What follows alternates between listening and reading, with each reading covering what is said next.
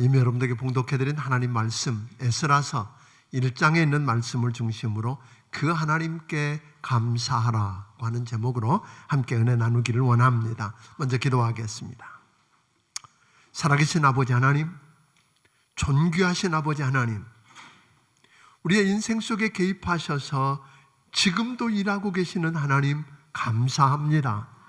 아버지 하나님, 이 추수감사절을 맞아 우리가 마음을 묶어서 살아계신 하나님 앞에 감사를 올려드립니다. 받아주시옵소서. 이곳에서 임재하셔서 하나님의 거룩한 영광을 나타내 보여 주시옵소서.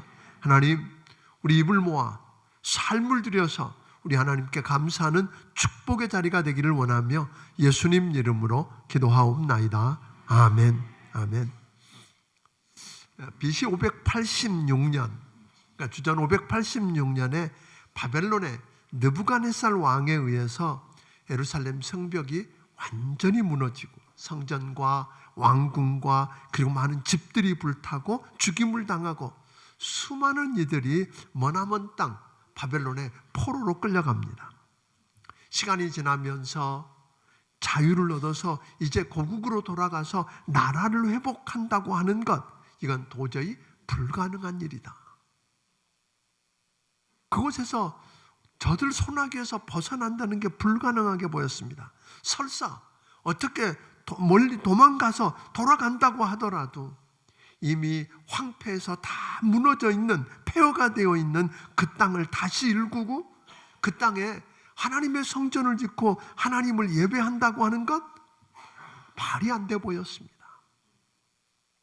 길도 없고 다 끝난 것 같아서 절망 가운데 하나씩 둘씩 무너져 내리기 시작했습니다. 앞이 보이질 않고 희망이라고는 전혀 없었습니다. 더군다나 저들을 아프게 했던 것은 살아계신 하나님은 어디 계시는가?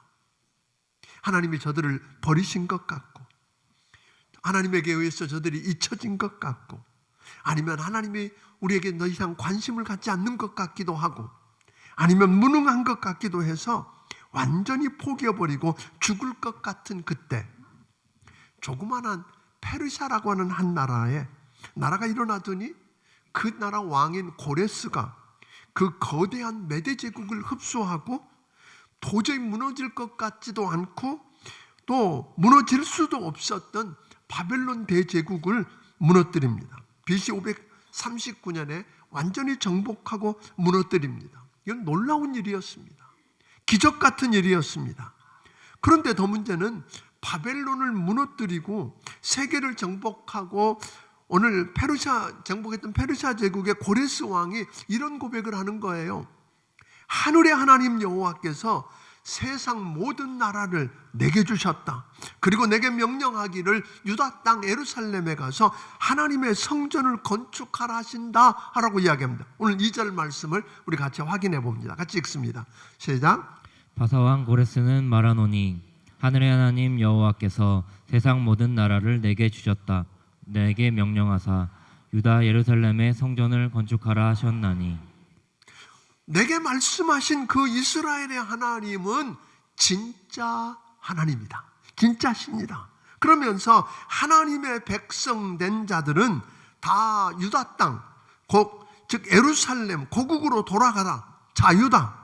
그리고 너희는 가서 하나님 여호와의 성전을 건축해라 하고 명령하거든요. 이 말씀도 3절을 통해서 한번 확인해 봅니다. 3절을 읽습니다. 시작. 이스라엘의 하나님은 참 신이시라. 너희 중에 그의 백성된 자는 다 유다 예루살렘으로 올라가서 이스라엘의 하나님 여호와의 성전을 건축하라. 그는 예루살렘에 계신 하나님이시라.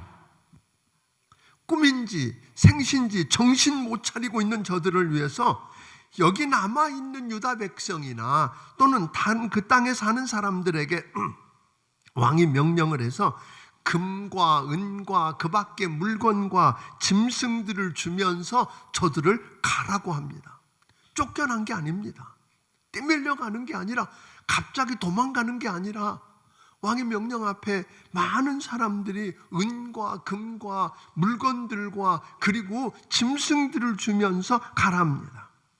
뿐만 아니라 전에 느부갓네살 왕이 예루살렘을 무너뜨리고 성전을 불태우기 전에 그 성전 안에 쓰여지던, 하나님께 예배할 때 쓰여지던 모든 금, 은 기구들을 가져다가 자기들의 신인 마루둑 신전에다가 넣어놓고 보관했었는데, 왕이 요청한 게 아니에요. 왕이 그걸 내주면서 가지고 가서 하나님을 온전하게 예배하고 섬기랍니다.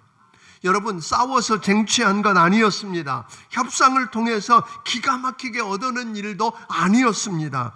여러분, 몰래 작전을 펴서 숨어 도망가서 한 일도 아니었습니다. 누가 하셨어요? 하나님이 하셨습니다. 하나님이 일하신 것입니다. 이 모습을 보았던 시편 기자는 이렇게 고백한 거예요. 시편 126편에 보면 하나님께서 그 백성을 위해 대사를, 큰 일을 행하셨다. 자기들 스스로 나오면서 고백한 거예요. 이건 하나님이 우리를 위해서 큰 일을 행하신 거야. 그들을, 민족을 바라보는 수없이 많은 다른 나라들이 입을 모아서 고백했습니다. 하나님께서 저들을 위해서 대사를 행하셨다. 도대체 그럼 여기서 궁금해집니다. 하나님께서 어떻게 이런 놀라운 일들을 하셨을까요?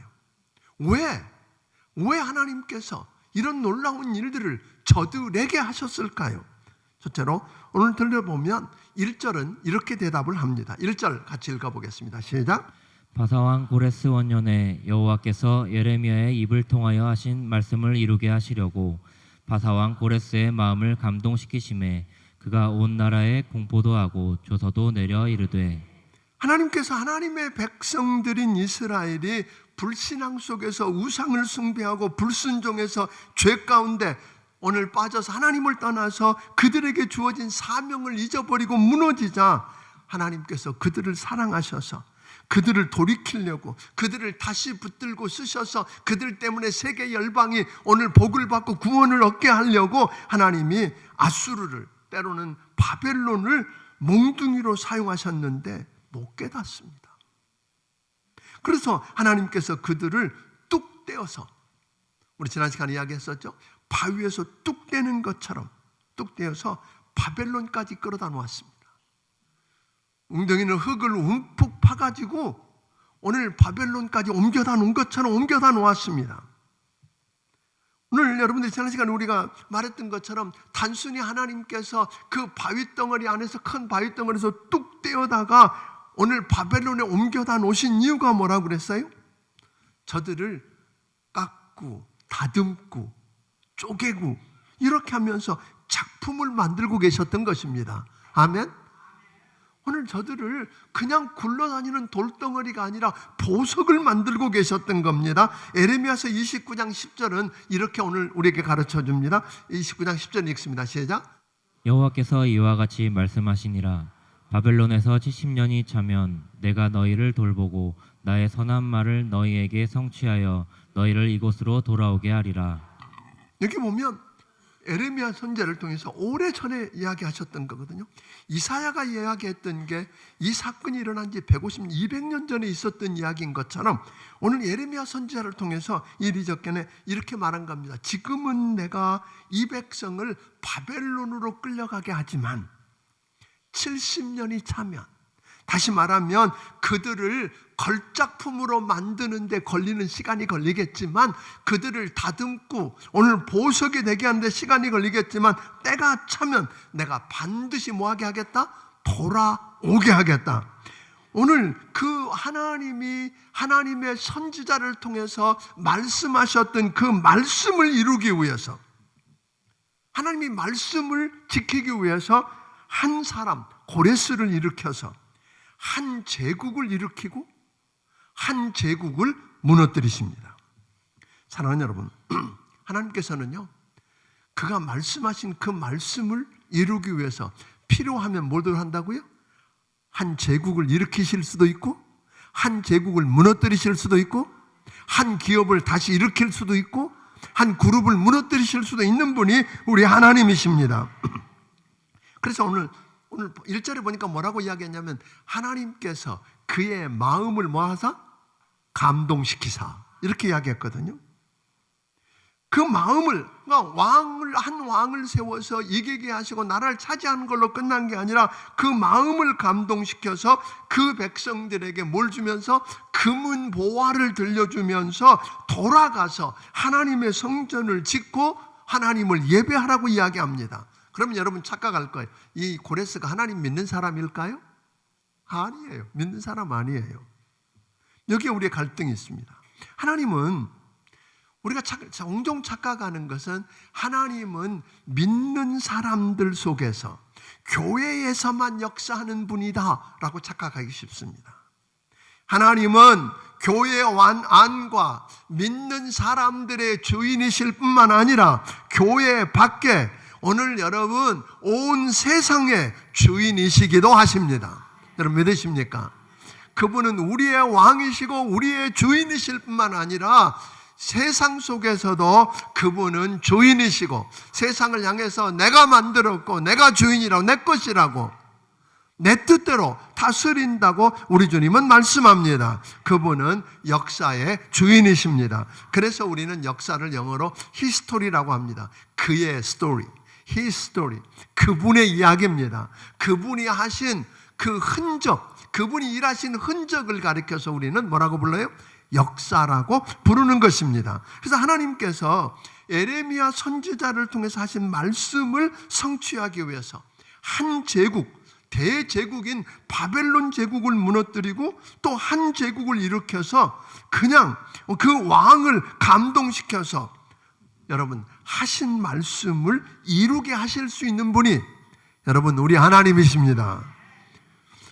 그러니까 지금도 이 말씀을 우리가 조금 더 생각해 보면 그렇습니다. 지금도 하나님은 필요하시면 미국의 트럼프 대통령, 중국의 시진핑 주석, 러시아의 푸틴 대통령, 심지어 북한의 김정은을 감동시켜서 우리가 생각지도 않은 때에 이 땅에 통일을 가져다 주실 수 있는 분이 우리 하나님이십니다. 여러분 믿으십니까? 그렇게 해서 오늘 북한 땅에서 눈물로 부르짖고 하나님의 때를 구하고 있는 그 백성들을 살려주시기 위해서 어느 날 하나님께서 이 땅에 통일을 허락하실 수 있다는 것 여러분 믿으시기를 바랍니다. 근데 놀라운 것은 하나님은 왕의 마음, 지도자의 마음만 감동시키는 분이 아니라 5절을 보면 이렇게 이야기합니다. 5절을 같이 읽어봅니다. 시작. 이에 유다와 베냐민 족속들과 제사장들과 레위 사람들과 그 마음이 하나님께 감동을 받고 올라가서 예루살렘의 여호와의 성전을 건축하고자 하는 자가 다 일어나니. 이게 무슨 이야기예요? 솔직히 한번 생각해 보세요. 포로로 바벨론에 잡혀온 지 70년이 되었으니까 1세대, 잡혀온 1세대는 대부분 죽었을 것입니다. 지금 살아있는 사람들은 거기서 태어나서 오늘 그곳을 고향인 줄 알고 그곳에 살면서 터전을 닫고 기반을 다 닫고 놓은 곳입니다. 그러니까 거기 있으면 이제는 그곳이 더 편안하고 살기 쉬운데 그곳을 떠나서 하나님의 약속을 이루기 위해서 고국으로 돌아가라? 거기로 돌아가면 보장되어 있다면 얼마나 못 갈 이유가 어디 있겠어요? 그런데 여러분 한번 생각해 보세요. 그 머나먼 길 1000km가 넘는 그 길을 따라 돌아간다는 것도 위험을 감수해야 하는데 돌아간다고 한들 그 땅이 그대로 있지가 않잖아요. 이미 폐허가 되고 황폐화되어서 살 수 없는 땅이 되었고 그것마저도 그 주변에 살던 민족들이 내 것이라고 말뚝을 받고 내 것이라고 차지하고 있는 그곳에 돌아가라고요? 비옥한 땅이 있어서 잘 살다는 보장도 없습니다. 남들이 차지하고 있는 그들과 부대끼면서 싸워야 합니다. 그리고 그 땅에다가 더군다나 하나님을 예배하는 하나님의 성전을 짓고 산다? 불가능한 이야기. 그래서 대부분 많은 사람들은 그렇게 해야 되는 건 맞아, 오라.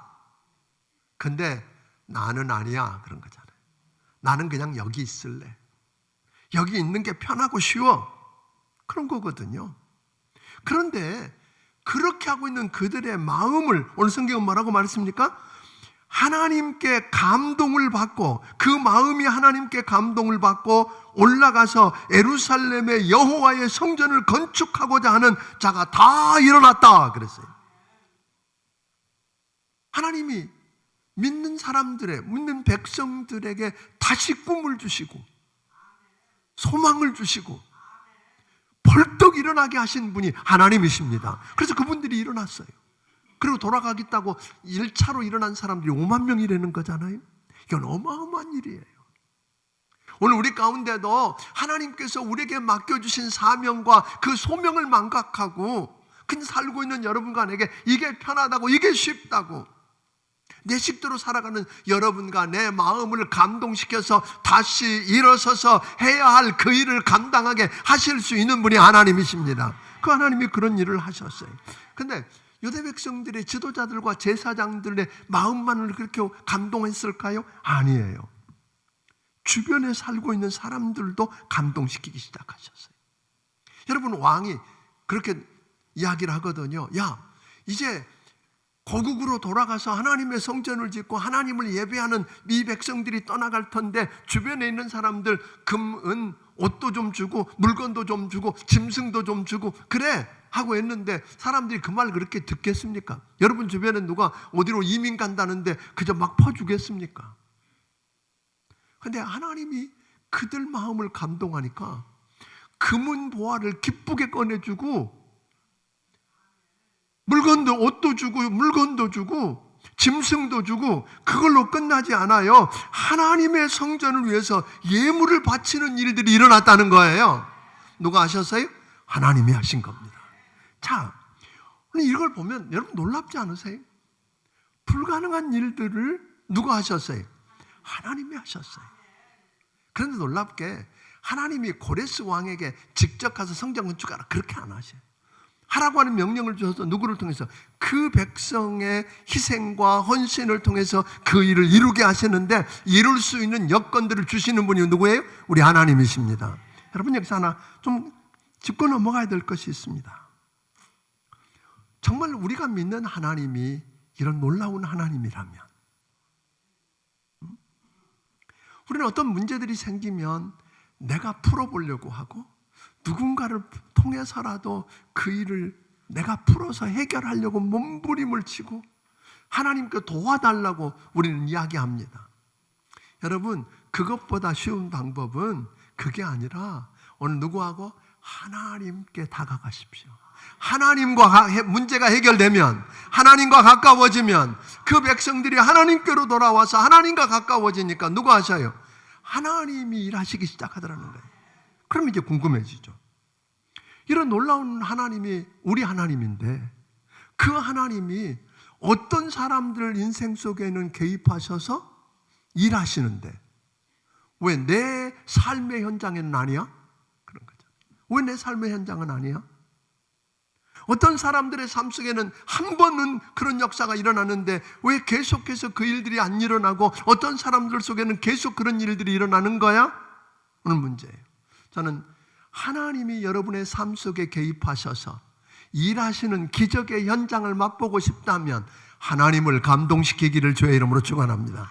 하나님을 감동시키면 누가 일하세요? 하나님이 일하십니다.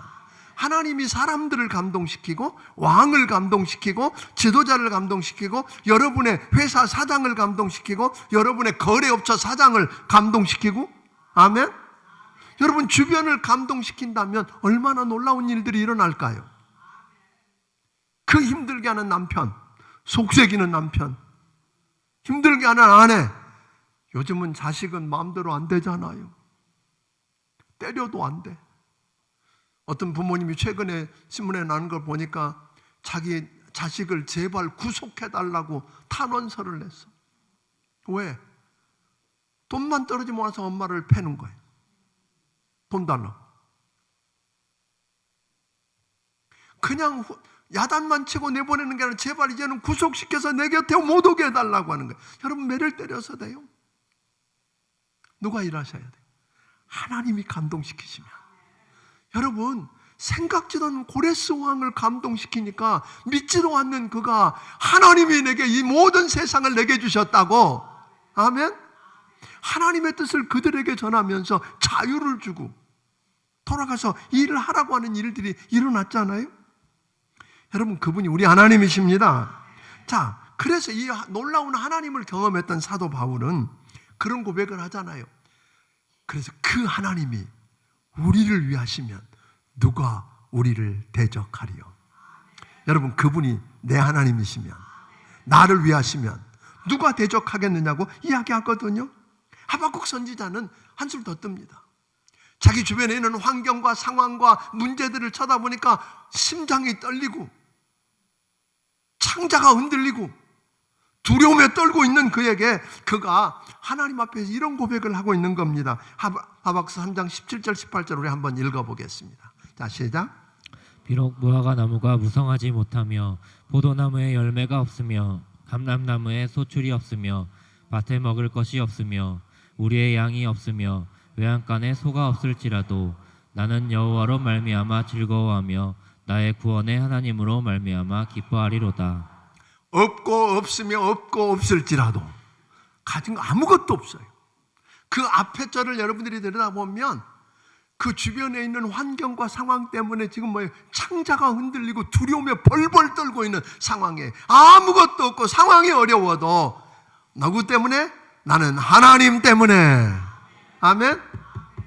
그 하나님이 개입하셔서 일하시면 되는 줄 알기 때문에 그 하나님 때문에 나는 즐거워한다, 나는 기뻐한다, 그래서 나는 그럼에도 불구하고 감사한다 라고 고백했던 것입니다.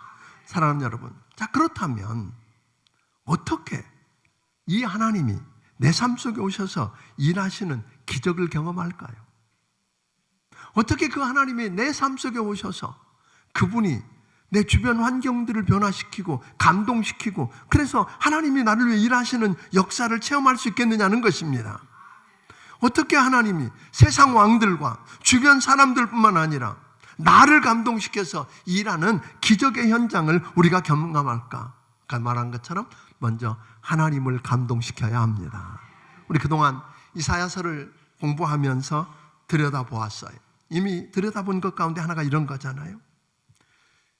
포로 생활하고 있는 저들이 얼마나 아픈지, 얼마나 상처가 많은지, 얼마나 힘든지, 얼마나 고통스러운지, 그리고 얼마나 지쳐 있는지 다 아신다고 그러셨어요. 다 아시는 하나님이 저들에게 은혜를 베풀고 저들에게 긍휼을 베풀어서 그들을 위로해주고 그들에게 새 힘을 부어주기 위해서 그리고 저들의 원수를 심판하기 위해서 일어나셨다고 그랬거든요. 그러니까 하나님이 일어나셔서 여러분 삶을 위해서 벌떡 일어나셔서 일하시게 하는 그 현장이 뭐였을까요? 그것은 이렇게 이야기하는 거예요. 하나님께서 이스라엘 백성들을 그 백성을 향해서 때로는 직접 말씀하시기도 하고 때로는 선지자들을 통해서 말씀하기도 하고 때로는 성경 말씀을 통해서 때로는 사건과 상황과 환경을 통해서 말씀하셨어요. 근데 못 알아듣습니다. 안 듣습니다. 말씀을 아예 안 듣기로 작정한 사람처럼 귀를 틀어막고 안 듣습니다. 그러면서 저들은 우상을 숭배하고 범죄하면서 하나님을 떠나서 무너지니까 하나님께서 그들을 다시 돌려놓으시려고 아수르나 바벨론 같은 몽둥이를 사용해서 안 되니까 그들을 바벨론에다 뚝 띄어다 놓으셨어요. 버리신 거 아니에요. 미워하신 거 아니에요. 망하라고 그런 거 아니잖아요. 그거 띄어다 놓으면 거기서 쪼우고 다듬고 찌르고 그래서 뭐 하려고?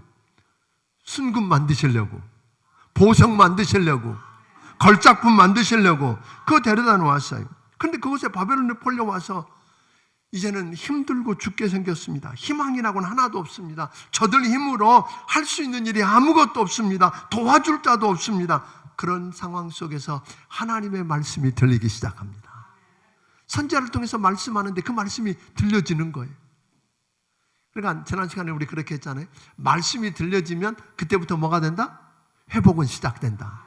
말씀이 들려지기 시작하는 거예요. 말씀을 듣고 난부터 말씀을 들으니까 저들이 얼마나 하나님에게서 멀리 왔는지, 얼마나 더러운지, 얼마나 악한지, 잘못했는지가 생각나니까 그때부터 통회하면서 회개하고 울기 시작합니다. 그리고 주께로 돌아옵니다. 이 모습을 바라보신 하나님이 감동하시기 시작하는 거예요. 여러분, 우리가 지금까지 어떻게 살았느냐보다 더 중요한 것은 말씀을 들으십시오. 우리 지난 시간에 이야기했잖아요. 하나님이 말씀을 보내셔서 우리를 고치시고 고통 가운데서 구원해 내신다고 하셨는데 그 말씀이 들려지기를 주의 이름으로 축원합니다. 그래서 말씀을 듣고 그게 하나님 말씀이니까 말씀대로 한번 몸부림을 치면서 살아보려고 해보십시오. 그리고 말씀 앞에 내가 잘못되었거든 회개하고 주께로 돌아오십시오. 하나님 보시고 미소를 지으실 것입니다. 좋다, 알았다. 그래서 하나님이 저들에게 은혜를 베풀고 긍휼을 베풀기 위해서 일어나셨다는 거예요. 하나님이 저들 원수들을 심판하시기 위해서 일어나셨다고 이야기한단 말이에요. 오늘 여러분의 삶의 현장에 그런 기적을 경험하기를 바랍니다. 그러니까 시작은 누구의? 나예요. 70년 세월도 하나님 정하셨지만 사실은 얼마든지 당길 수 있었어요. 그런데 저들을 다듬고 만드는 데 걸린 시간이었어요. 사랑하는 여러분, 말씀을 듣고 오늘 지금도 여러분 말씀을 듣고 이게 하나님 말씀이라고 믿고 말씀을 듣고 그 말씀대로 한번 살아보려고 몸부림을 쳐보기를 주의 이름으로 축원합니다. 그 말씀의 거울 앞에 나를 비춰보고 더러운 게 있거든 여러분 해결할 방법이 없으니까 주님 앞에 나와 고백하고 회개하기를 주의 이름으로 축원합니다. 주께로 돌아오면 우리 주님은 감동하실 것입니다. 자, 그러면 우리 하나님께서 일하시기 시작했어요. 우리 하나님께서 그들을 단련해서 순금이 되고 걸작품이 되게 해서 오늘 말씀을 듣고 씨름하니까 다시 일어나셔서 저들에게 뭐예요? 긍휼을 베풀고 은혜 베풀고 일하시기 시작한 거예요. 그러니까 하나님이 뭐예요? 그걸 보시더니 고레스 왕을 감동하셔서 여러분 있을 수 없는 일을 하잖아요. 옛날에 아수르나 바벨론의 왕들은 그들을 그냥 내버려두면 안 되니까 그들을 뚝 떼어다가 다른 데다 대다 놓고 다른 민족을 거기다 심어서 완전히 섞어버렸어요. 정체성을 잃어버리고 더 이상 대항하지 못하도록 만드는 작업이었어요. 그런데 그렇게 힘들게 살아왔던 희망이라고 했던 저들에게 고레스가 이제 돌아가라. 여러분 얼마나 기가 막힌 이야기예요. 이 일을 하신 분이 하나님이십니다. 그런데 이제 여기 하나 더 있어요. 우리가 이렇게 살면서 하나님을 감동시켜서 한 번의 기적을 경험할 수 있어요. 많은 분들이 기도했더니 하나님이 응답해 주셔서 한 번에 놀라운 응답을 경험하고 하나님이 여러분의 인생 속에 개입하셔서 일하신 흔적들이 한두 가지씩은 있을 거예요. 있지요? 한 번도 없다면 이건 문제가 있는 거예요. 하나님의 아버지 아닌지 몰라 그거는. 하나님이 진짜 여러분의 아버지고 여러분이 예수 믿고 구원받아서 거듭나서 여러분이 하나님의 아들이고 딸이라면 하나님 앞에서 최소한 한두 번은 하나님이 뭐예요? 은혜 베푸시고 긍휼 베풀기 위해서 일어나셔서 여러분의 삶의 현장에 개입해서 일하신 흔적들이 있을 거예요. 근데 그게 한 번이 아니라 계속되면 얼마나 좋겠어요. 계속되는 비밀이 있다 그런 거예요. 말씀을 붙들고 일어나서 씨름하고 그대로 살아보려고 몸부림치는 모습이 하나님이 너무 이쁘니까 감동을 받고 일어나셨는데 그 일이 계속하려고 하는 것을 성경은 감사라고 가르쳐요. 여러분 그것을 예수님이 우리에게 모본을 보이셨어요. 베세다 광야에 말씀을 듣느라고 베세다 광야에 널브러져 있다가 이제는 기진해서 먹을 게 없어서 굶어 쓰러지기 직전인 사람들을 놓고 우리 주님이 뭘 하시죠?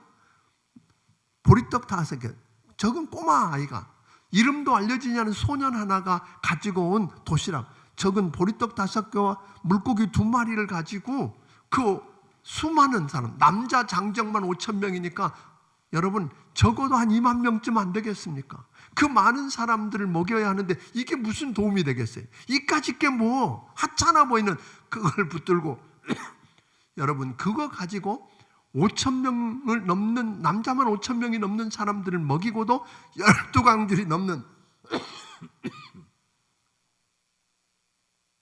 기적이 일어납니다. 어떻게 일어났을까요? 그 시작은 다른 게 아니었습니다. 하찮아 보이는 보리떡 5개와 물고기 2마리를 들고 우리 주님이 하신 일을 보세요. 하늘을 우러러 하나님 앞에 축사하시고 즉 감사하고 기도했던 감사기도. 결국 그 놀라운 기적의 시작은 뭘로부터 시작됐어요? 감사로부터 시작되었던 거예요. 이걸 우리 주님이 가르쳐 주시는 거예요. 기적의 문을 여는 열쇠는 뭐다? 감사다 하는 거예요. 뿐만 아니라 우리 주님이 죽어서 나흘이나 되어서, 무덤에 들어간 지 나흘이나 되어서 냄새가 나는 나사로 문제를 앞에 놓고 무덤 앞에 서 있던 주님의 모습, 그 누이들은 울고 있습니다. 많은 사람들이 주님이 왔으니까 무슨 일이 일어날 거라고 기대하는데, 여러분, 할 수 없는 그 일 앞에 죽은 나사로가 살아서 걸어오는 기적의 시작이 뭘로 시작됩니까? 그 무덤 앞에 서신 우리 주님이 눈물을 흘리시고 우시더니 오늘 뭐라고 말합니까? 감사기도합니다. 하나님 아버지, 늘 종의 기도를 들으신 것을 감사합니다. 감사로 시작되었어요. 그럼 죽은 나사로가 살아나는 놀라운 기적의 시작이 뭐라고요? 감사였어요. 그렇다고 그러면 오늘 여러분의 삶의 문제에 기적을 일으키는 그 열쇠가 뭐라고요? 감사합니다. 감사가 쉽지 않죠. 오늘 주님은 또 실제적인 사건을 통해 가르쳐 주잖아요. 10명의 문둥병자가 지나가면서 나사렛 예수여, 나를 불쌍히 여겨주십시오. 주님이 그래, 제사장이가 가서 보여라. 그럼 낫는다. 가다 보니까 나았어요.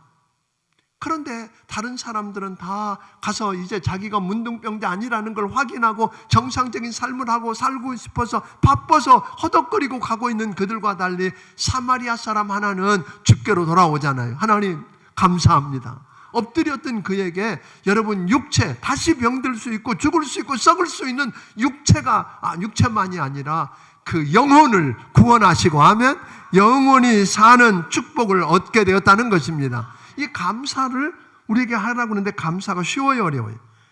어려워요. 계속 감사하고 산다는 게, 그래서 여러분이 그 출애굽해서 광야에 사는 그 백성들을 보면 끊임없이 받으면서도 뭐예요? 불평하고 원망하고 이렇게 사는 모습이었어요. 오늘 그러니까 더 이상 기적이 안 일어나는 거예요. 한 번의 기적으로. 여러분, 계속해서 여러분의 인생 속에 그런 기적을 원한다면, 계속 하나님을 감동시키기를 원한다면 감사하는 여러분이 되기를 주의 이름으로 축원합니다. 근데 왜 감사가 어려울까요? 감사하면 손해보는 것 같습니다. 감사하면 내가 하찮아 보이고 손해보고 잃어버리는 것 같거든요. 요즘 제가 목자들하고 함께 나누는 경건이라고 하는 책자에 나오는 이야기인데, 알렉산더 대왕이 동방 땅에 엄청난 부가 있다는 정보를 알고는 마케도니아 왕국의 모든 보물과 재물들을 자기 밑에 있는 부하 장수와 병사들에게 다 나눠줘 버립니다. 이것을 지켜보던 신하 에파스티온이라고 하는 사람이 왕에게 와서 따집니다. 대왕, 이게 도대체 무슨 일 하고 계시는 겁니까? 무엇 때문에 도대체 이렇게까지 하시는 겁니까? 그랬을 때 알렉산더가 이야기합니다. 알렉산더는 내 부왕인 필립 왕이 내게 물려준 마케도니아보다 훨씬 더 좋은, 훨씬 더 많은 보물을 갖고 있는 인도의 부를 곧 취하게 될 거니까 그거 얻을 텐데 이까짓 거 나눠주고 더 많은 걸 얻을 텐데 무슨 문제야? 라고 하는 거예요. 여러분, 잠시 있다가 없어지는 세상의 부에 대해서도 그러할진데, 여러분, 우리가 감사하면 잃어버리는 게 아니라 뭘 한다면 주님 안에 더 큰 보화와 오늘 부가 있다는 걸 아는 사람들은 감사할 수 있습니다. 아멘? 마중물 여러분 아시잖아요. 우리 어렸을 때 이 잡두 펌프가 많았었는데, 그때는 꼭 하는 일이 뭐예요?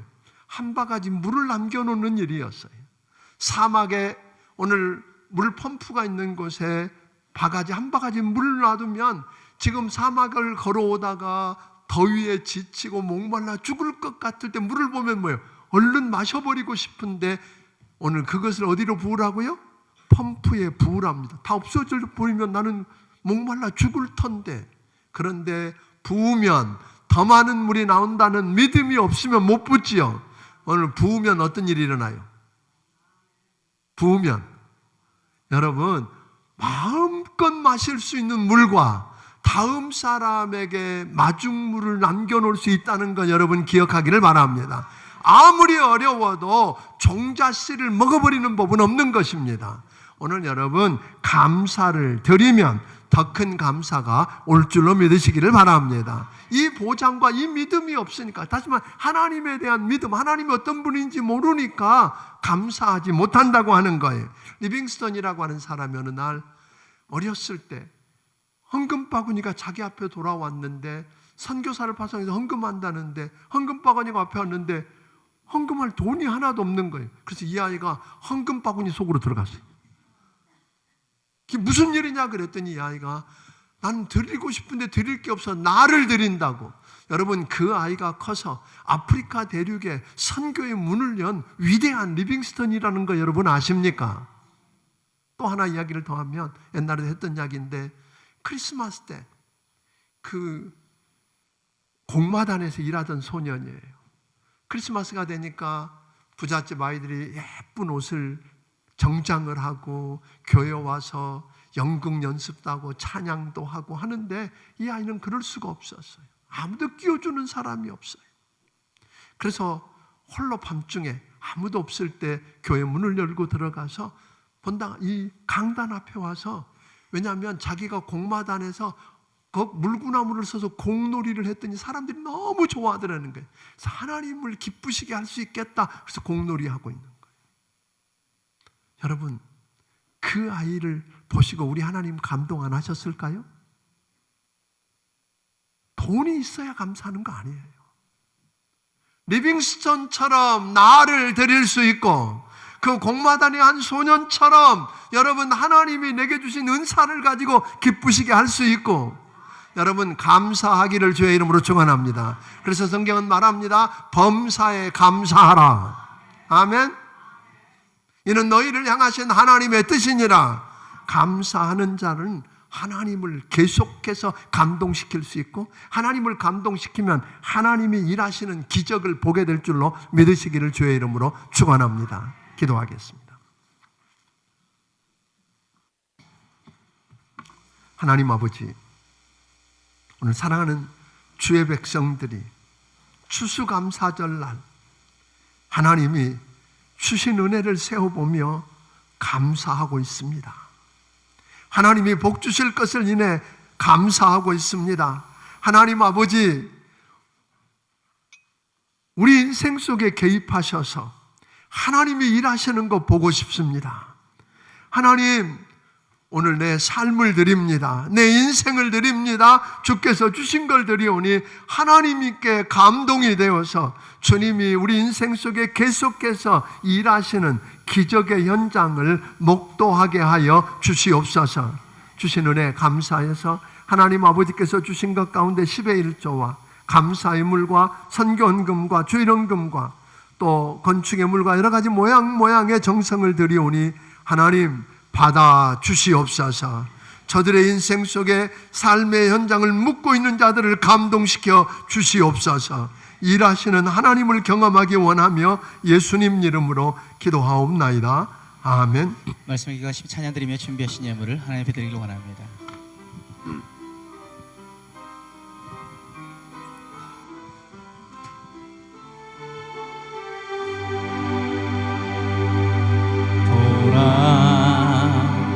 너희는 두려워 말고 돌아, 너희를 인도한 나를 보라.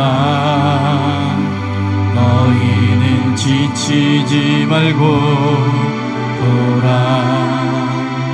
너희를 구원한 나를. 너희를 치던 적은 어디 있느냐, 너희를 억누르던 원수는 어디 있느냐. 보라, 하나님 구원을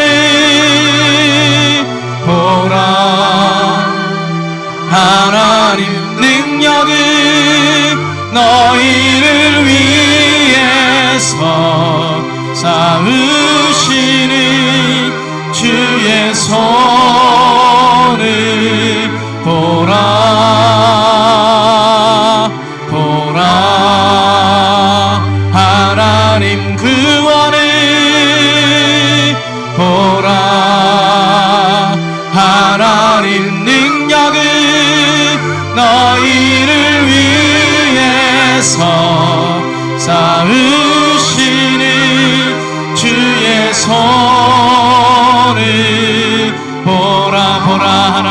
능력을 보라 하나님 구원을 보라 하나님 능력을 너희를 위해서 쌓으시는 주의 손을 보라 보라 하나님 구원을 보라 하나님 능력을 너희를 위해서 쌓으시는 주의 손을 보라. 이제는 우리 주 예수 그리스도의 크신 은혜와 하나님 아버지의 무한하신 사랑과 성령님의 감화 감동하시고 역사하시며 교통하심이 오늘 여기 하나님 앞에서 하나님을 감동시켜서 하나님이 우리의 삶의 현장에 개입하셔서 일하시는 기적의 현장을 보기 원하는 귀한 심령들 머리 위에 지금부터 영원까지 함께하여 주시기를 예수님 이름으로 축원하옵나이다. 아멘.